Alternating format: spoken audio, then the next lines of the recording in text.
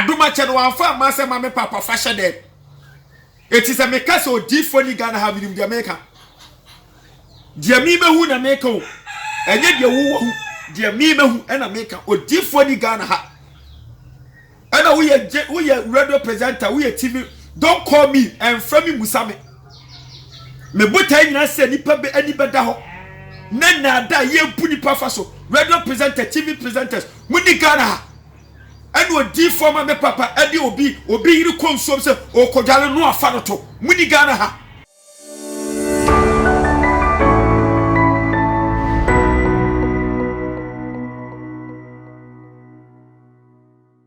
Gospel must go and the gospel is still going. Trade upon Yankupon Shra na onya kashie say ene den so no menu mienu yagebre na yebetie Yankupon asem ani die mu ne ahobrase so say won saka video ya bomoden ese o mama unu bi so active. Okay, in Hebrews chapter 3 the verse 13 na Bible no miete ase say ye tutu ye hofo de bia da ye friend ene na boni bi empremu bi akoma na boni e wodem de edo so sen papa obebu sase adeti na de biada ye de Nyankopon asem eba tresem emiete ase se ene edi akire no ma me papa obonefo no enam so onim se ne bra aka eye tie nchi no.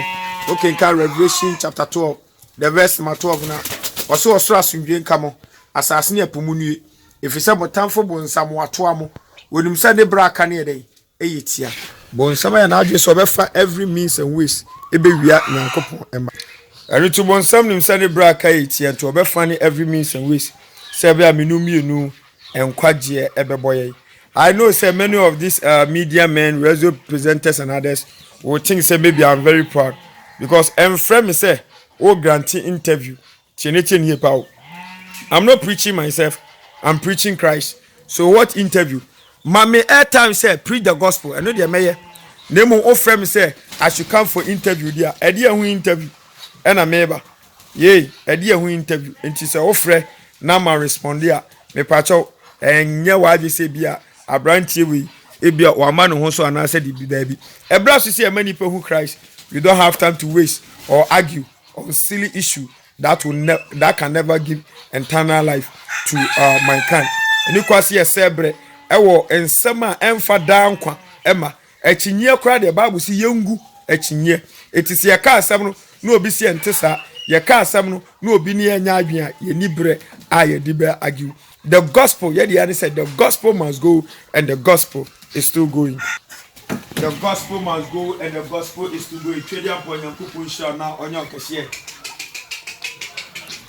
The gospel must go and the gospel is still going. Trade up on Yankupon Shra na onya kashie. Ye be fasa akonya wesu na ye ne mo adi nkomo kakra. The Biblia will be an ye be say ye no ebedi nkomo kakra. The gospel must go and the gospel is still going. Minu ejidini a brush to say me papa. You use every means and ways to spread the gospel. Let's use every means and ways. Don't waste your time letting people to know you, but waste your time for people to know Christ. Say we are suffering, you know who Gongombita is. Mama papa dena bubenya. Yay.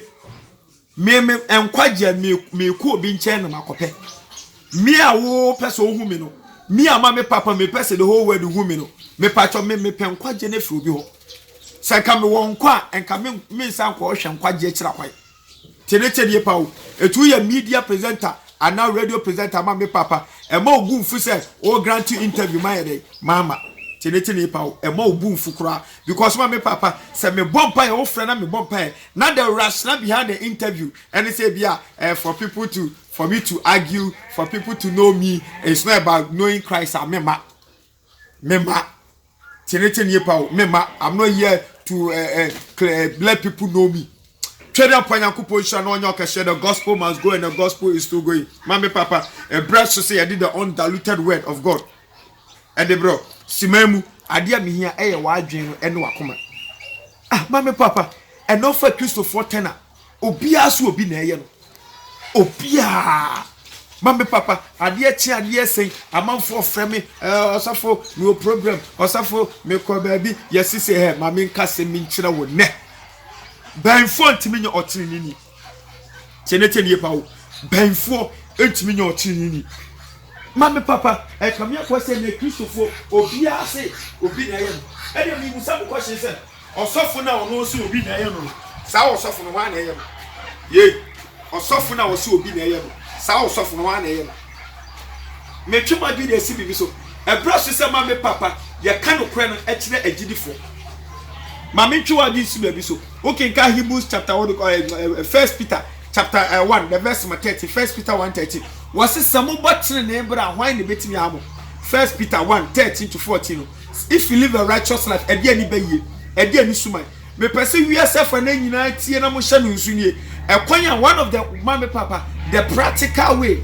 of testing a false prophet Jeremiah chapter 23 winya bra kenkan Jeremiah chapter 23 the verse 16 to 18 the practical way of testing a false prophet etem because me say Ghana had a different imitation kwana wa a different entebe ye nyankopon ni ye yafunu o keka ye se ye preach sa na ka me preach say so wo futuo bi a fatu church members for chenete ne pa o and from in can't say brother don't preach that way you were different bi o ha we you different papa e de pie ni ehu aduma che no anfa ma se ma me papa fashion there it is a make so different ni Ghana have in the America dia mi mehu na make o enye dia wo dia mi mehu e na make o different ni Ghana ha and we radio presenter we TV don't call me and from me musame me botai na se nipa be ani beda ho na da ye pu nipa fa so radio presenter TV presenters muni Ghana ha and we di former me papa edi obi yiri konsom se o kodwale no afa no to muni Ghana ha yeah in the name of me yanyam yaduma in the name of how na eka Ghana wan na eka ya wo Ghana ama me papa ebi mu di fujuma to omo so ye bu Ghana this year innocent souls efa so and the police for kwachi obi a oya flood frosters benefit a difu Ghana wo mo o man from a difu enya politicians and from it say who grant interview I will not pick your call. We are here my papa to make the truth known to people.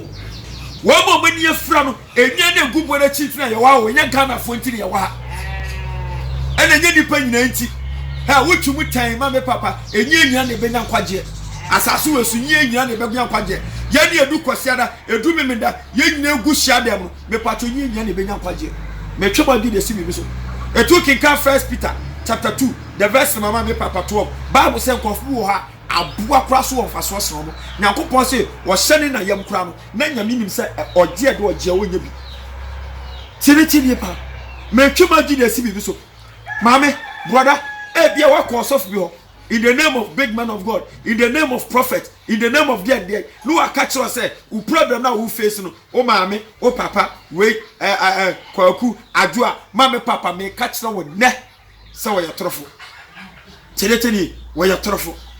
Yes, and Ephesians chapter 6 verse 12. Was in here no honam no moja na nya panide to me de ni yomotufo. Me tutum. Na so ye de Daniel to jatabo na jata na nwe Daniel. Ye.